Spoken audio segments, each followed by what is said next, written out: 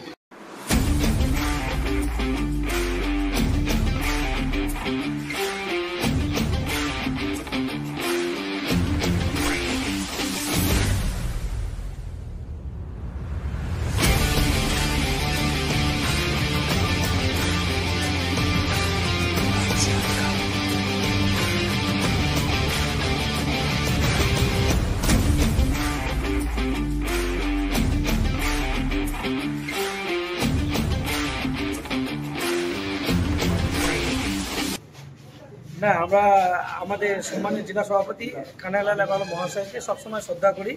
আর ওনার নেতৃত্বেই আমরা ছাত্র পরিষদটা উত্তর দিনাজপুরে আমরা করে এসেছি। ওনার জন্মদিনে আমরা মানে একটু ইউনিট করার জন্য এটা করা হয়েছে।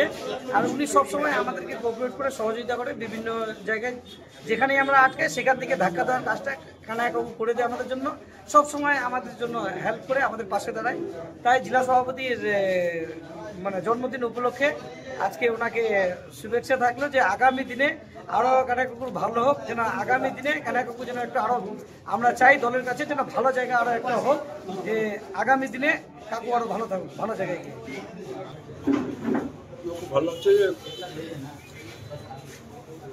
আমার জন্মদিনে ছাত্র পরিষদ পক্ষ থেকে মুর্শিদ ভাই আছে, ছাত্র পরিষদের জেলা সহসভাপতি, সবাই ছাত্ররা জন্মদিনে শুভেচ্ছা জানাচ্ছে। আমিও ওনাদের জন্মদিনে হয়তো উপস্থিত হতে পারি না, কিন্তু আমিও আজকে ওনাদের শুভেচ্ছা জানাচ্ছি। সর্বোপরি একটাই কথা বলবো, 2026 আমাদের চ্যালেঞ্জিং। ছাত্র রাজনীতি এবং ছাত্র যারা আছেন তারা 2026-এ আমরা এখানে কত বেশি ব্যবধানে জিততে পারি সেই ব্যাপারে সংগঠনটাকে, ছাত্র সংগঠনটাকে আরও একটু শক্তিশালী করবে। আশা করছি আমরা এখান থেকে খুব ভালো, সংগঠনটা আমাদের খুব ভালো জায়গায় আছে। একদিন এখন এই জেলায় আমরা 8টা সিট জিতে আছি, সামনে চ্যালেঞ্জ আছে আমরা 9টার মধ্যে 9টা বিধানসভা সিট জিততে। ঠিক আছে।